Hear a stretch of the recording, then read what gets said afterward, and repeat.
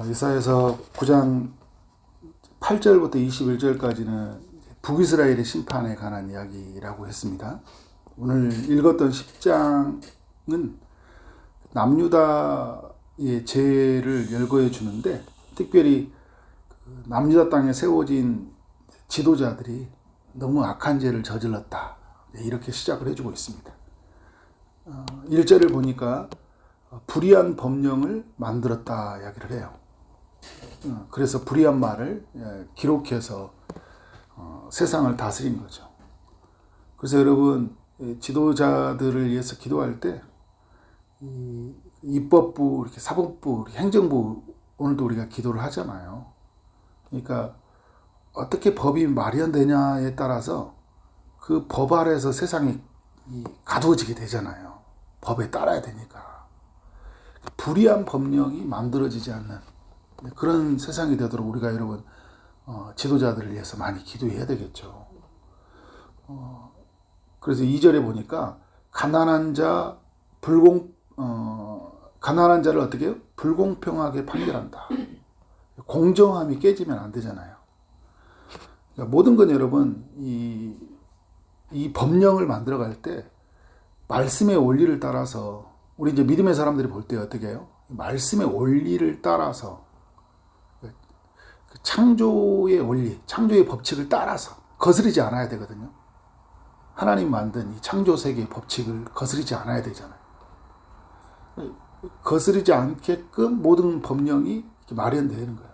우리가 이 포괄적 차별금지법에 대해서 이렇게 우리가 반대하는 이유가 그거잖아요. 이게 말씀의 원리와 창조의 법칙을 벗어나기 때문에 우리가 아니다 말하는 거잖아요. 그러니까 이런 모든 법들이 그래요. 그래서 여러분, 법이 말씀의 원리, 창조의 법칙을 벗어나지 않아야 되고, 그러면서 어떻게 해요? 공정해야 돼요. 공정해요. 억울한 자가 없어야 되는 거예요. 어떤 법을 세워서 어떤 사람이 억울하게 그 법 아래에서 이렇게 피해를 당하면 안 된다는 거죠.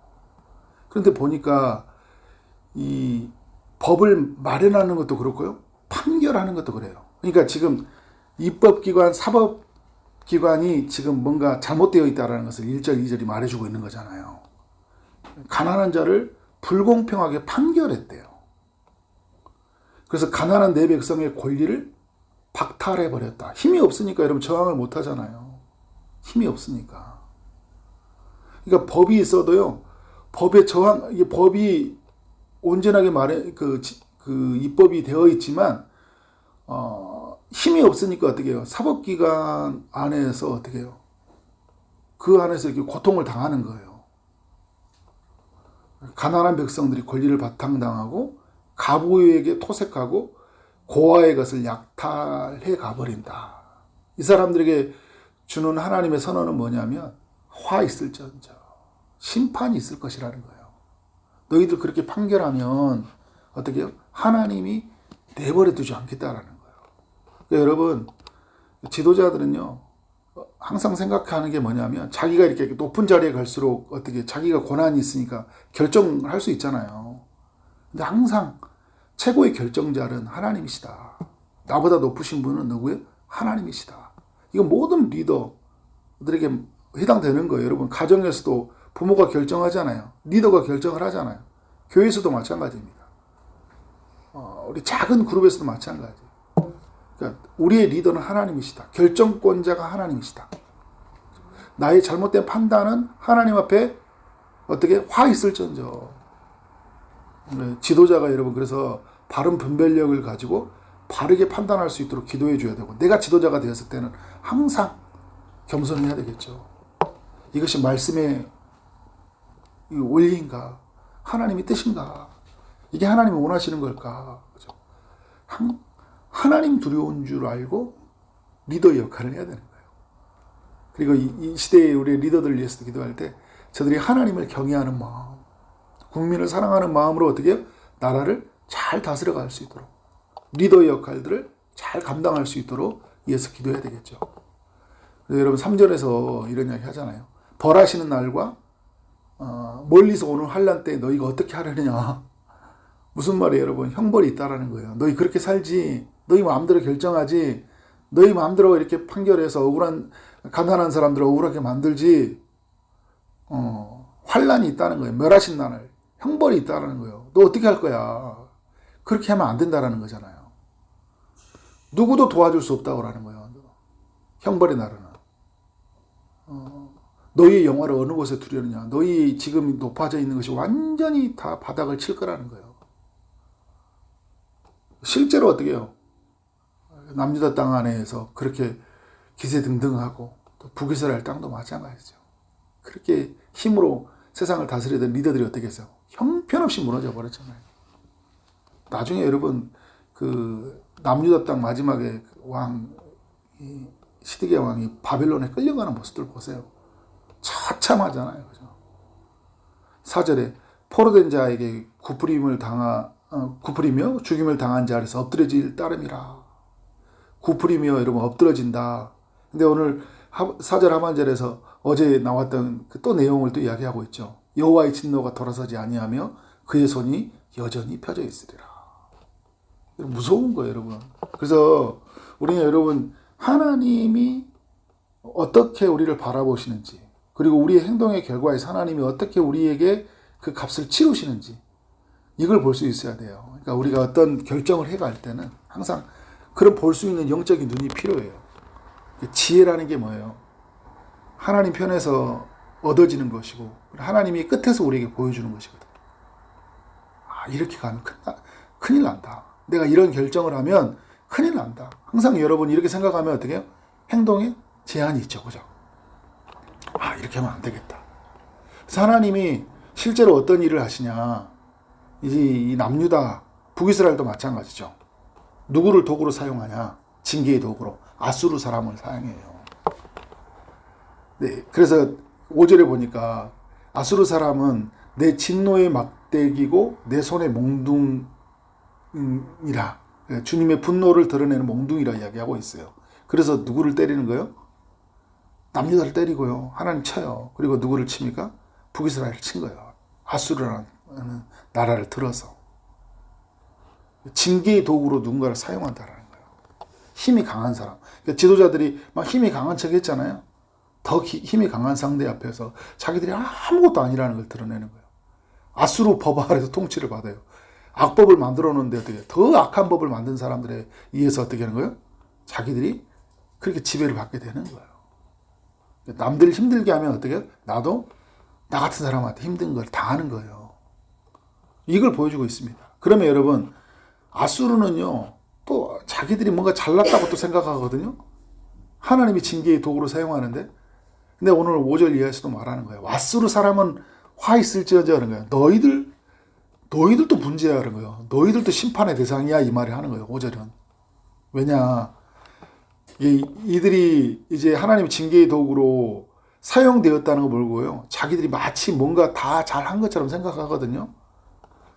참 이들 보면 어떻게 해요? 막 이 6절에서 백성을 쳐서 탈취하며 노력하게 하며 길거리에 진흙같이 짓밟게 했다. 이걸 하나님이 이제 보면 악을 행하신 것 같이 보이지만, 제가 어제도 나눴지만 악을 행하도록 내버려 두신 거거든요. 내버려 둔 이유는 뭐냐면 남유다와 북이스라엘을 징계하려고 하신 거예요.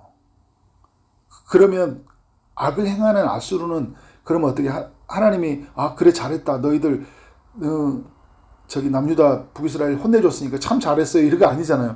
너희들 왜 그러냐는 거예요. 왜 그러냐는 거예요. 아수르에 대해서, 하나님이 아수르에 대해서 매우 분노하셔요. 여러분 악을 행하는 이 세상에는 누구도 예외 없이 하나님의 분노의 대상이에요. 진노의 대상이래요. 진노의 대상이에요. 그 아수르는 또 그 징계의 도구로 누구를 사용해요? 바벨론을 사용해서 나중에 혼내잖아요. 그죠? 근데 참 이 아수르가 얼마나 잔인하고요. 악하냐면 막 많은 걸 탈취해가고 노력해가고 9절에 보니까 허다한 나라를 파괴하며 멸절하려 했다는 거예요. 허다한 나라. 그러니까 이제 욕심이 너무 과해요. 징계의 도구로 사용했는데요. 북이스라엘만 멸망시키는 게 아니라요. 그 고대 근동의 일대를 다 장악해버려요. 이게 참 이 인간의 그 악함, 그 욕심이 얼마나 끝이 없는지, 잔인한지 몰라요. 하나님이 사실 이 아수르를 국률에 계셨거든요. 니느웨가 아수르의 수도잖아요. 그죠? 나중에 어떻게 해요? 그러니까 이전에 요나라는 선지자를 통해서 돌이키도록 하나님이 막 부르시잖아요. 근데 잠시 회개했는데 어떻게 해요? 그들은 이전으로 돌아가요. 더욱 악해져가요. 제국주의를 표방하고 모든 나라를 자기 나라 속국으로 삼아서 조공을 받고 자기 그래서 부를 자랑하고 지식을 자랑하고 그리고 여러분 보면 10절에 이렇게 보니까 어떻게 해요? 내 손이 이미 우상을 섬기는 나라들이 미쳤나니 그들이 조각한 신상들이 예루살렘과 사마리아 신상들보다 뛰어나느니라. 우상 숭배에 빠지고요. 12절에 보니까 이제 이 모든 일을 행하면서 이렇게 이야기하잖아요. 아수르 왕의 완악한 마음의 열매와 높은 눈의 자랑을 멸하시리라. 그러니까 지금 뭐냐면 이 아수르 왕과요, 아수르에 있는 모든 나라에 있는 지도자들, 사람들이 뭐냐면 완악한 마음을 가졌다. 높은 마음을 가졌다. 어제도 보면 여러분 북이스라엘이 그 안악한 마음과 교만이라고 이야기하잖아요. 교만한 마음, 완악한 마음. 사람들의 마음은 항상 이게 있는 것 같아요. 완악하고 굳어진 마음이거든요. 그리고 높은 마음, 교만한 마음이고요. 정말 하나님보다 더 높아져 있는 이 마음이 가득 차 있어요. 아수르에게도, 북이스라엘에도, 남유다 땅에게도, 오늘 이 시대의 사람들에게도, 오늘 우리에게도 이런 마음이 있다라는 거죠. 하나님은 어떻게 하시냐면 벌하시리라 이야기하고 있어요. 그 이후에 보면 계속 자기들이 뭔가 이렇게 어떻게 하고 있어요? 자기들이 뭔가 한 것처럼 스스로를 자랑하고 그러죠? 모든 것을 어떻게 13절에 보면 내가 했다 이야기하잖아. 내가 했다. 내 손의 힘과 내 지혜로 이 일을 했다. 그죠? 나는 총명한 자다. 열국의 경계선을 걷어치웠다. 그죠? 그러니까 어떻게 해요? 그 경계선이 다 무너져 버렸잖아요. 각 나라가 없어요. 이제 어떤 나라만 있어요? 아수르라는 나라만 있는 거예요. 다 자기 거야. 욕심이 끝이 없죠. 그들의 재물을 약탈했으며 용감한 자처럼 이에 거주한 자처럼 낮추었으며 이렇게 어떻게 했다라는 거예요? 자기들은 이 모든 것을 다 얻었고 그것은 우리가 했다 생각했고 우리가 가장 강하기 때문에 이 일이 이루어졌다 이렇게 생각하는 거예요. 하나님 내버려 두시겠다는 것을 알지 못하고 어떻게 해요? 자기들이 다 했다라고 생각하는 거예요. 이런 교만이 이런 완악한 마음으로 사는 사람들이 이 시대에 있나요 없나요? 있죠. 그게 오늘 나이기도 한 거예요. 여러분 그래서 항상 이 이사야서를 생각할 때 막 이 시대를 보면서 막 죄에 빠진 세상을 보면서 안타까운 많은 마음 중요해요. 이 시대가 아수르 같고 이 시대가 북이스라엘 남유다 같으니까 지도자들이 그렇잖아요. 그런데 여러분 뭐요? 이건 우리의 일이에요. 우리 일. 우리에게 일어난 일이에요. 그리고 또 누구에게 일어난 일이에요? 내가 저지르고 있는 일인 거예요. 이걸 모르면 여러분 우리는 누가 되냐면 또 아수르 같은 사람들의 오류에 빠져버려요. 아수르는 자기들이 뭔 잘못한지도 모르고 있는 거예요. 그래서 여러분 뭐예요? 내가 아수르입니다. 철저하게 엎드려져야 돼. 그러니까 뭐예요? 완악한 마음과 교만한 마음은요 항상 나를 배제해버려요. 내가 완전히 엎드려져야 한다니까. 그래서 여러분 개혁과 세상의 변화는요 누구로부터 누가 개혁돼야 돼요? 누가 변화돼야 돼요? 내가 변화돼야 된 거예요. 이사야 성경을 보고요 내가 엎드려져야 된 거예요. 그러니까 여러분 이사야 선지자가 이사야 6장에서 하루 다 망하게 되었도다 이게 고백이 나오는 거잖아요. 여기서부터 시작되는 거예요 여러분. 그리고 우리 공동체로부터 시작되는 거예요. 그래야지 여러분이 어떻게 해요? 이 세상은 하나님 앞에서 온전함을 이루게 된다. 오늘 사실 20절 이하에 쭉 내보면 그럼에도 불구하고 정말 하나님 앞에서 신실하게 서 있는 믿음의 사람들, 그 남아있는 사람들이 있거든요. 근데 하나님 그 남아있는 사람들에게는 신실하게 믿음을 지킨 사람들에게는 다시 돌아오게 하겠다는 하나님의 약속을 주셔요. 그리고 24절을 보면 끝까지 믿음을 지키는 사람에게 하나님의 위로가 있어요. 모든 게 오늘 치신다 이런 이야기만 있는 게 아니거든요. 그러니까 오늘 우리로 하여금 계속 그렇게 이야기하는 것 같아요. 믿음을 지켜라. 너희는. 그죠? 믿음을 지켜라. 그리고 또 어떻게 하는 거예요? 또 우리의 죄가 드러났을 때 철저한 해결을 이루고 하나님 앞에 서라. 겸손해져라. 그죠? 하나님 앞에 마음을 온전히 돌이켜라. 너희는 끝까지 믿음을 지켜라. 그것이 우리에게 소망이다. 그런 이야기를 우리에게 들려주고 있습니다. 이런 이야기가 오늘 우리 가운데 에서 깊이 울림이 되고 떨림이 되고 또 우리의 삶의 붙잡음이 되기를 주의 이름으로 축원합니다. 기도하겠습니다. 하나님 감사합니다. 이사야서 10장을 통해 우리 모두에게 교훈하여 주시니 감사합니다. 하나님, 이 시대가 죄를 지었고 리더들이 죄를 지었고 또 우리가 죄를 지었음을 고백합니다. 주님, 남유다 백성들 그 리더들이 범했던 죄와 같이 살지 않게 하시고 또 아수르의 그 완악한 마음, 교만한 마음으로 살지 않게 하시며 오직 우리는 하나님 믿음을 지키는 이들로 살아가게 하여 주옵소서. 어떤 순간에도 하나님의 말씀을 저버리지 않게 하여 주시고 창조의 원리 안에서 믿음을 따라 살아가는 삶이 되게 하여 주옵소서. 더욱 겸손해지게 하여 주시고 우리 자신을 더욱 십자가 앞에서 우리 자신을 하나님 앞에 같이 그리스도와 함께 죽고 그래서 그리스도와 함께 다시 살아가는 삶이 되게 하여 주옵소서. 오늘도 말씀에 붙잡혀 살아가기를 소원하는 우리 사랑하는 모든 믿음의 백성들을 축복하여 주옵소서. 예수 그리스도 이름으로 기도를 싸움나이다. 아멘.